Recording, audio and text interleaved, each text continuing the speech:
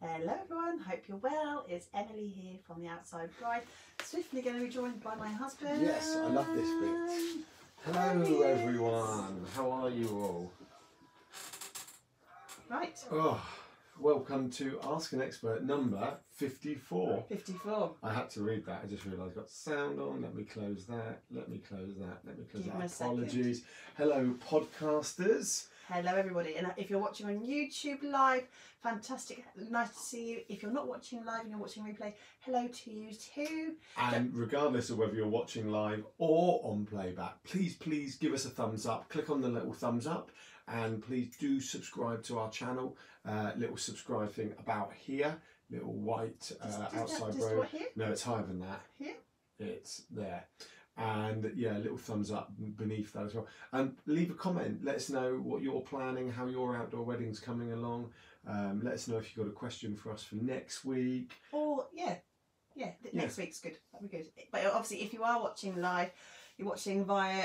If you've been into Facebook and you come straight through the Facebook link into YouTube, or you're watching in any other medium, make sure you do put your questions down because we happily like to answer them. I'm not speaking very well today. It's like Well, you have been. You've been fine. Is this like when you told me a few weeks ago you'd been ill for 6 weeks and I hadn't even noticed?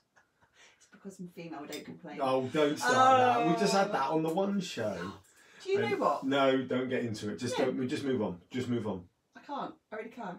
No, you can. Nothing worse. Don't get political. Don't get political. We don't need to. Anyway, Righteous. we've got a... So we launched our competition today. You just shut me down. I did, because I knew what you were going to say. We launched our competition today, and it doesn't serve anyone, let alone you. We launched our competition today. We had our competition last week we can talk about. We talked about when we went to Bride, the wedding show on Sunday. We did a fantastic style shoot today, and we had a lovely real wedding yesterday. And tonight's practical hints, tips and help is all about, we had a question from Joe in the group about laying out marquee and tables and chairs. So we're going to talk about that, because actually pretty much every single wedding, unless you're having a picnic outside, will have tables and chairs involved, won't it? Hopefully. Yes. Somewhere to eat your food would be awesome, or somewhere to sit your bum. No, definitely. Right, so starting with last week's competition. So last week's competition we launched last week was an opportunity to win tickets to Bride the Show at Bournemouth, where we visited on Sunday. The winner was David, so congratulations to David. Well done, David. Hope you liked it. If you went, if you didn't, that's absolutely up to you. That's fine. But we had a great old time at Bride the Show on Sunday, which we're going to segue into that quickly, I think. Yeah. So we were invited down with some press tickets to go down just to see what was going on, to meet some really cool vendors and to just see what kind of trends are coming up for 2019 and beyond. And it didn't disappoint, did it? It was a really lovely show. No, it was. I mean, we've been to, we've been to loads and loads of wedding fairs over the years. And you know, we quite like the small local intimate ones. I'm not quite sure what word. Bijou's probably a word to use. As much as we like the big, more mass production ones like this, they've got something for everyone, and that's what's really, really important about it. I mean, this one, every corner we turned, there was interesting stuff, and no more or less than any other wedding fair. But what do we estimate the amount of suppliers there? Probably over 100. Over 100, yeah. Yeah. So. And the thing is, and Alan said we have a little video coming out anyway about our day there. But Alan summarised it quite. There's always two types of person who goes to a wedding fair. Number one, the type of person who's just curious to see what's going out there, to get a bit of free cake if there's some free cake going on. And then there's those of you who may have things ticked on, you're just going to literally tick list the things that you're missing on. Yeah, I still need a photographer, so I want to go and see 5, 6, 7, 8, 9, 10 in one place and look at all of their styles. Yeah, we saw a really cool. I really enjoyed it actually. She was quite a timid lady to talk about actually, but her product was exceptional. She does, and her colleagues do yacht weddings in Cyprus. Oh right, I thought we were talking about the other lady. Yes, no, yacht wedding. Oh yeah, that was right. We'll talk about her. Yacht weddings in Cyprus. Basically, she's part of it. And what's the Channel 4 programme at the moment? Sun, Sea and... Oh... No, I think that's a different one. The one where they get married abroad, basically. Yeah, but it's on Channel 4 right now. That's really bad, poor form. I like watching it as well. But in the series of 14 episodes, I think they're in 12 of them, and they do yacht weddings where they set up the ceremony on the boat itself and all the reception on the boat. They do on the beach weddings, and basically it's a one-stop shop for anyone wants to get married in Cyprus. You could do all of that and more, and it was really I haven't seen weddings on the boat before. No, and it was made a me lovely wonder, looking boat. like, this is not meant to sound funny. Does that happen in this country? I mean, we know you can't legally get married on a boat in this country, right? We know that. What if you've got P&O ferries going across to the Isle of Wight? I don't know. You can get married on the Isle of Wight. Not legally. We have the legally married conversation. Yeah, but you could have your wedding. Yeah. Well, that's what I'm saying. But would you want to get married on a P&O ferry? Why would you? Yeah, but no. Right. Go back. Drink your peppermint tea. I finished mine. This is really bad. Yeah, one peppermint tea. No, let me hold on. I'm mid-flow. Sorry. Check it. Drink your peppermint tea. No, we're not talking about P&O. We're talking about lovely yachts. We're talking about, you know, Her Name Is Rio and Simon Le Bon style yachts. I don't know. We're not talking about P&O ferries to the Isle of Wight. And P&O don't go to the Isle of Wight. They go to France. Oh, it's Brittany Friend. No, it's Red Funnel go to the Isle of Wight. It's a local one. Anyway, yeah, right. The idea of having it on a boat is a cracking idea if you want to be outdoors. You know, if you want to guarantee the weather, then perhaps you do end up in somewhere like Cyprus. And there's plenty of abroad wedding planners. Destination weddings. That's the word. Destination wedding planners in the outside bride. In fact, actually, there's a guest post coming up in a couple of weeks' time, actually, from a lovely lady who is writing. She's a wedding planner, and she's moved over to Portugal, and she's talking all about Portugal as a destination for a wedding as well. And I'm looking at some of the photos she sent over from some of the venues she looks after. They're insanely beautiful. Yes. And again, warm weather. Who doesn't like warm weather? And guaranteed warm weather like that as well. It's very hot here at the moment, isn't it? Well, very hot. It's like 17, 18 degrees, but that does feel very nice after the winter, doesn't it?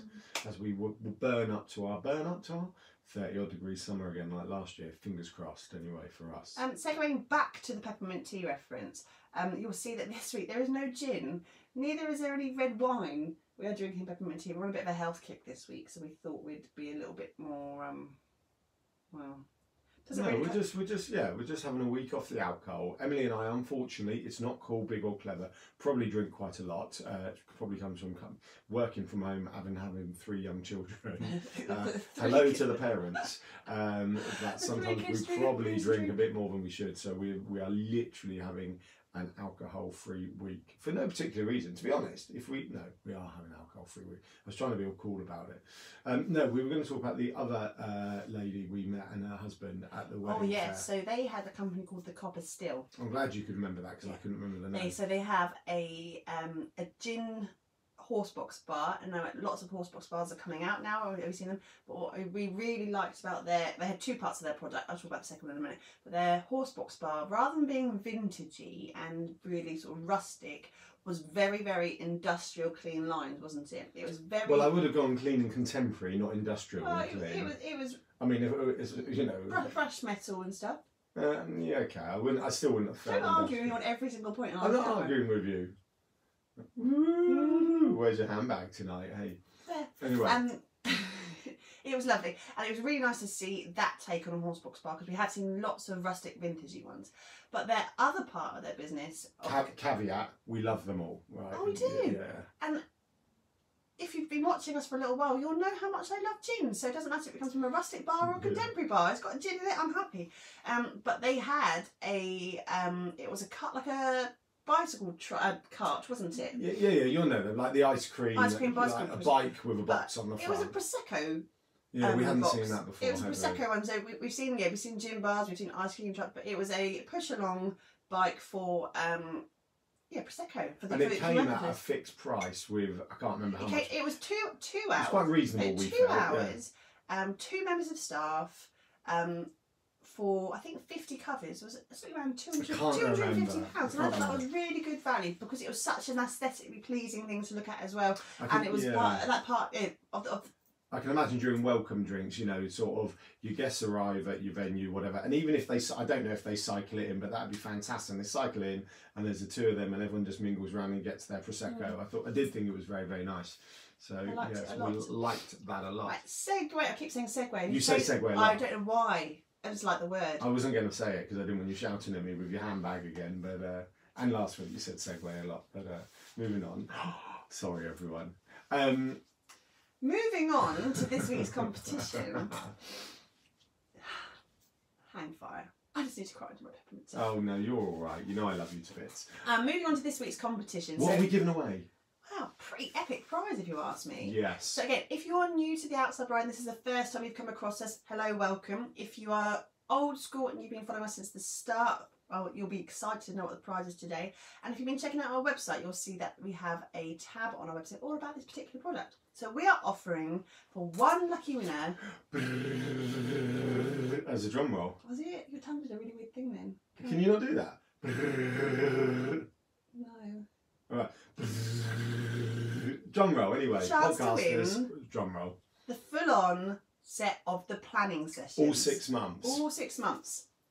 That's pretty epic, isn't it? Yeah. It's worth £120. And then for 2 runners-up, you can win module 1 of the planning sessions. Worth $29.99 each. Oh, look at, you know, your prices off there. Yeah. So basically, I'm going to have to do a quick little chat about what the planning session is. So if you don't know what it is, then you will swiftly know. The planning sessions has been designed by myself and Alan a little bit, well, mostly me, to create a one-stop shop tool for you to make sure that you know where you're at with your outdoor wedding planning, especially if you're doing it completely from the ground up by yourselves without the help of a wedding planner or anyone else, like any professionals. You're doing it by yourselves. We've called it the planning sessions. Why have we called it the planning sessions, Alan? Well, the planning sessions comes from what we always called that Sunday night thing. Yep. So you're engaged, you know you're getting married, not necessarily an outdoor wedding, it could be an indoor wedding. And we always think there's that Sunday night where you should get a glass of wine each, beer, peppermint tea, whatever, and then you should sit there with your laptop, MacBook, computers, tablets, iPads, phones, and start thinking about how you want your wedding to feel, how you want it to, and feel being the key word here, not what you're going to do, how you want it to feel. And that for us was the first, you know, when you're planning your wedding, that's what you should do first. That's your first ever planning session. So we put together this 6-part course. Pow. I was just adding sound effects. Keep going. And in that course, we've put together a series of video tutorials as well as worksheets and I can't speak. Blog posts.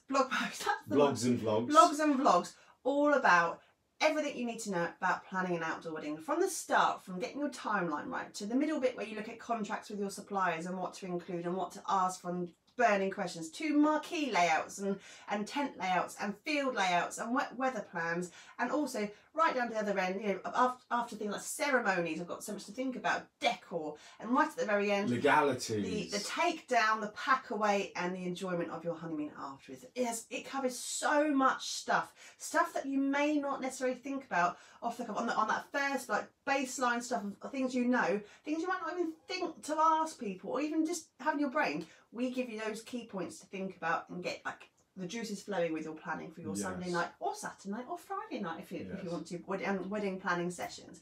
So to be in, with a chance to win, what do you need to do, Alan?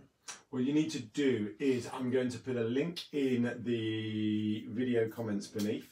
Video description beneath, sorry. I might also put it in the comments. And that will take you to a post on our website, theoutsidebride.co.uk. And all you've got to do is subscribe to our newsletter. Well, it's not even a newsletter, it's our mailing list really, isn't it? That's all. We just want to subscribe, and we were then going to look at, so this time next week on Ask an Expert next week, we're going to pick a name out the hat, out of everyone who's subscribed to using a random name generator. A random name generator. Is that an official thing, or are you just going to do that? No, there's a thing where you put all the list of names in it and it also... Oh, is that true? Yeah, I love that. And we're going to pick a winner, and then we're going to pick the 2 runners up as well. So this time next week on Ask an Expert, Wednesday, 8 PM on our YouTube channel. Can we ask them all to subscribe to our YouTube channel as well? Yeah, please do. We're going to pick that winner who's going to get the planning sessions of £120. It's going to tell you everything you need to know to plan your outdoor wedding. And that is week 2 of our series of 4 competitions. Yes, pow. I think stop. I know it vibrated. That's nearly as bad as your segue, isn't it? Right. I have a funny smartwatch, so it vibrates on every notification. So, but it's built into me to do this, which I forget to do we forget to not do when I'm doing this. This week's blog post. This week's blog post. So yeah, because we've been waffling for ages. This week's blog post, we've had 3 out this week, and they are all beautiful in their different and own ways. So on Tuesday we launched a real wedding in the Cotswolds, and it was of Shula and Dan. And what we loved about it was that we've had a lot of pets at weddings blogs at the moment. We've had dogs, we've had chickens, we've had cats and all that kind of stuff. But this one was a horse named she rode a Sally, horse down the aisle, didn't her she? very own horse, and she wanted her pet horse to be part of her wedding. So rather than having someone walk her down the aisle, she rode in horseback to her groom waiting for her, and it was quite lovely, really. Love it. I'm not sure who she loved more, the horse or the groom at the end of it, because there's a lot of photos of this beautiful white horse, absolutely stunning horse. I don't even like horses that much, but she was beautiful, with all purple flowers in her mane, and it was lovely. So do check that one out if you haven't seen it yet. I'm sure a vlog will be coming out shortly with that as well. Today was a style shoot, a celestial enchantment it was called, in North Yorkshire. There's some gorgeous photos. Like, is it called Colour Pop? You know, I have to check these things. Jewel tones. Jewel tones. Jewel Lovely tones. jewel tones. What I love, we're getting quite a few submissions from the north of the country right now, north of the UK, might add, which is, there's this little gem of people in the north of the country putting some amazing things together, and this celestial enchantment was full of stars and moons and jewel tones and dream catchers and smoke bombs and everything like that, and everything was really, there are 2 different looks. They had a daytime look, which was all airy fairy kind of Midsummer Night's Dreamy, and then the evening time was complete flip on it, and it was more dark and festive, festival, sorry, and a bit more Coachella about it, and I really liked it. So do check that one out. Tomorrow we have one coming out from Wisconsin, and I'm really excited to share it with you. Very exciting. It's got a little bit of snow in it. I know we're getting to it. I know you look outside the window today. No, we know it's all getting cold again before the summer. I kind of anticipated it, so I put it into the schedule already because I knew the weather. So it's your fault when the temperatures I'm drop. sorry, Yeah. but it's from snowy Wisconsin, and it just makes me feel like I want to go and build a snowman. So keep an eye out for that tomorrow. Cool. Right, on to today's nugget of information. Yes, so Joe's question basically was, she had a marquee, I think it was 9 by 20. 9 by 24. Which is quite large, and she just wanted to know how many, she had 90 guests, and she wanted to know, could she basically fit all the guests in, and space for a ceremony and a dance floor and everything else. She was prepared to turn the tables and chairs around for between the ceremony and reception, wasn't she? So we don't really know the ins and outs. We had a quick chat with her, but so it was some easy things to think. This is for a clear span and a traditional. They do it in the same sort of. Pretty much the same. Now the rules we will apply to this. There will be similar kind of principles to other types of structures. So teepees and domes and sperry tents will have similar kind of rules of yeah, it's not. It won't be exactly the same. I mean, on a multi-span, because of the nature of what it is. But the furniture will always be the same size. Yes, yes. So in a clear span marquee, Alan, who is the pro at marquees, they come in 3-metre sections basically. So in a 9 by 24, you'll have 3 bays wide. Well, they come in 3-metre sections wide as well as long. So you could get 6 wide, 9 wide, 12 wide, 15 wide. But this question's about 9 wide, which would probably be the norm for your average wedding. On a 9 by 24, it will come in 3 sections. And 3-metre sections. Sorry. No. You said no. Apologies. 3-metre sections for a 9-metre wide, and a 24 would be 8 sections. Is that right? Is my maths good enough? Yeah. Basically, everything's a multiple of 3 metres. Okay. So you've got quite a lot of space. Now, furniture-wise, Jo was quite flexible on the style and whether she had trestle tables or round tables. Now, depending where you are in the world, depending what size you go with, in the UK you have 2 standard sizes really. You have a 5 foot, 5'6" and a 6 foot, so and a 6 foot, and a 5'6" will seat 8 to 10 guests comfortably, and a 6 foot table will seat 10 to 12, airing more towards 10 and more towards 8 on any of those sizes. Yeah, we'd probably recommend 8 on a 5'6" and 10 on a 6. Mainly because. You think, yes, everyone can sit around together, but if you are having quite a lot of stuff on your tables, if you've got massive high intricate table centres, and you've got favours, and you've got full cutlery and crockery on the tables, you may not be doing that. That doesn't apply to you, that's fine. You might have water glasses and wine glasses and sprinkles and everything. That table becomes quite crowded. So if you can fit in another table and give yourselves enough space for your guests to like spread more, that's always recommended, rather than getting, well, 6 foot table can fit 12. We're all going to sit like this. I don't know you next to me, but hello, we're now friends. That's the joy of weddings, isn't it? Do you drink red wine or white? I always drink the red because everyone else drinks the white. Yes, true story, fact. And it all goes wrong at the table. It all goes wrong at the table. Wine all goes wrong at the table. Anyhow, so with that in mind, if you've got, let's go with a 6 foot table, you probably fit 1 table per 3 metre bay. Yes, it's smaller than that, but you've got chairs around the edge, and by the time people have moved their chairs out and gone to the toilet, and walking about and all that. You want space if you're having servers coming to serve your dinner to you. You want to have enough space that they can walk around. So 1 table per base, which means if you're going with 90 guests on 6 foot tables, you're going to need 9 tables. Well done. Whew. Which is the first 3... The first 3 length and the full width of the marquee. That's not taking into consideration things like if you're having a top table, if you're going to have cake tables, if you've got a buffet table, all of that stuff needs to fit in. But in a 9 by 24, that first 3, at that very end, you could easily put all your tables and chairs and not affect the rest of the marquee. Yeah. As a loose guide, yes, it's never exactly so. So Jo was talking about what other things was she she wanted a dance floor and everything else, and possibly bar. But you know, we say this time and time again, you always want a slightly bigger marquee. So people sitting at home now going, I only need a 9 by 9 for 90 people. No, you won't. You'll need a 9 by 12 absolute minimum if all you were going to do is put 90 people in, because you've got to think about it like a village hall. It's the easiest thing to do. When you're at a village hall, when you've got 90 people walking through the door, do you want them to walk straight into the chairs? So no. So what we generally advise is your dance floor and band DJ area is going to take up 2 or 3 bays, so that's 3. Your tables in this instance are taking up 3, and I'd probably go 3.5 on this 90, so that's 6.5 bays, and we've got 8 bays, so that doesn't leave a bay and a half empty sitting there doing nothing.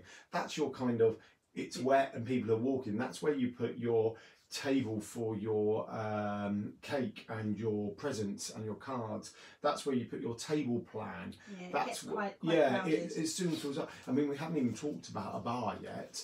Our most popular size we used to do was a 9 by 21 with a 6 metre by 6 metre off the side for the bar area, and then in that bar area they then put some other tables and everything else, and it worked perfectly, and the door was always over the dance floor end of the marquee where possible, because then that was the wet weather option. So in the evening, if you have people down the end where the door is, if it is a bit miserable outside, people who are down the other one end dancing are going to be hot anyway because they're dancing and moving around. You don't want your guests, maybe your elderly guests as well, sitting at one end on the tables and chairs and getting that draft from the cold. So think about which end you put your door and which end you put your stuff.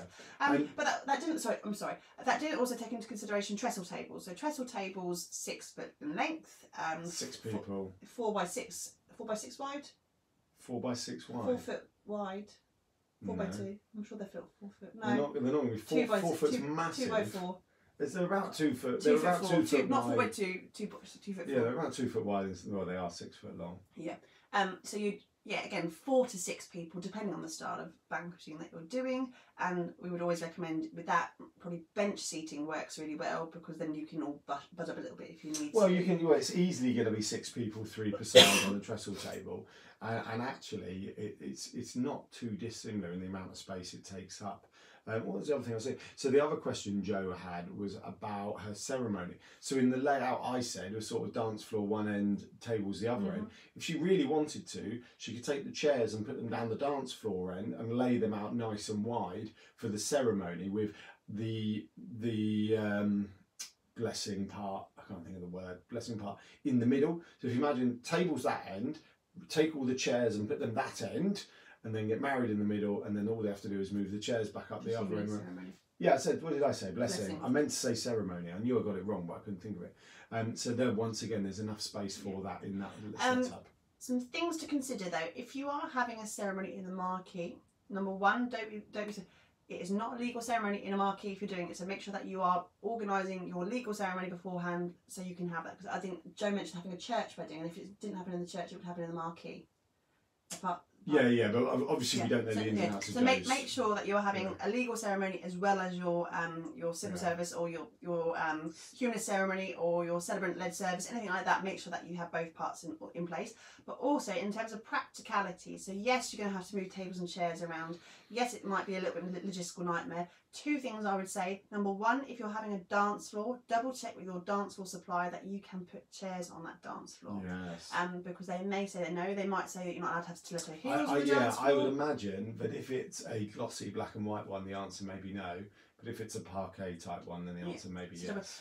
We've been to weddings or seen weddings as well where they've had the LED lights underneath the dance floor, and they are categorizing no, you cannot put anything on top of that dance floor apart from people. So if you can't have your ceremony in the dance floor on top of the dance floor, then that might say that might be a complete no, and you might be putting your tables out afterwards anyway. Yes. The second thing is, if you are having your ceremony in the marquee, you don't necessarily want people to be walking all around your tables because you might not be ready for them. So consider having some sort of backup to either some poster and rope or a reveal curtain, something to section off the part of the marquee that you don't want them to be in until you're ready to. Because the worst thing in the world is you spend ages and ages putting your stuff together, you put your table centers together, you make everything look top notch, and then great aren't we they? always say that that's the other reason come wandering why around, they take that's the other reason why the door should be over the dance floor, because then it's exactly as Emily said, if you want a reveal curtain or poster and ropes to stop them going to it, then it just makes it that bit sometimes nicer. you've got surprises you don't want to see there might be elements of well, there's the what's it called, do you know what, I've gone blank now, you were blank at the beginning, where the bride and groom and everyone who's important on that special day line up and welcome. The receiving line. The receiving line, I couldn't think what it was called. Receiving line. So we had a very long receiving line, do you remember? We had like 145 guests. Yeah, but it's fair to say we absolutely milked our wedding. Yeah, let's not beat around the bush. We milked it, right? We wanted it to be as much about us, can you imagine that, as possible. And therefore we did. However, we gave our guests, so they got something out of it as well. They had the opportunity for free camping, so if they wanted to camp, we have a lot of camping type people, so that was fine. And we gave them a free bar. So so they had a free vodka bar as well, didn't we? We had that was one of our friends. Our friend made us all lots of different flavoured vodka shots. We had Skittles and not Peppa Pig. That's really bad. Percy Pigs. Percy Pig. Poor Peppa Pig was definitely something we don't want to be eating or drinking. No. And we had lots of and we had that as part of a bit of a shot bar before the main sort of evening kicked off, and we had. I didn't get any of that. No, not at all. No. So yes, so we did, and we dragged them miles away. But that's it. Listen, you put a lot of effort into your work. So if you are going with a different type of structure to a clear span marquee, there is a website called Marquee Planner. There's another one we met at the Showman shows, and we'll put the links to those below as well. They're completely free, but what you do is you put your sizing of your structure in, and it has lots of pre-made, a bit like when you do interior design type stuff and you're working out, when you're IKEA planning, you try to put your kitchen and stuff in. It's like that. It basically is a plan of the area, and you can input your furniture and have a bit of a play around, so you get a bit of a scale drawing of what it's going to look like, and then it puts it into a 3D view as well, which is really cool. You've used them for we used to use, which I presume is the same company, I don't know, Floor Planner. And that's what we used to do for our clients. We would build them this 3D and 2D image of their layout to help them plan, basically, so it would help them with their table layouts and their flow and everything else. Right. So right, I think that's it. I didn't mean it. That is it. Thank you very much for listening to us. Thank you. Hold on. Don't we normally say something to the podcast? Podcasters, thank you for listening. Please do go and leave us a review and a rating on iTunes or SoundCloud if that's where you're listening from. Alan really bullies Emily. Alan really bullies Emily, obviously. Don't say stuff like that. We would love that, please. YouTubers, please thumbs up, subscribe to our channel. Be really, truly appreciated. And who else? Well, thank you all for listening, watching. And don't forget to go to our competition page and make sure you subscribe with a chance to win the planning sessions all to yourself for 6 whole modules. As we announce the winners this time next week. Okay. Bye. Awkward moment. Awkward Go drink my tea. Yeah. Smile and wave. later.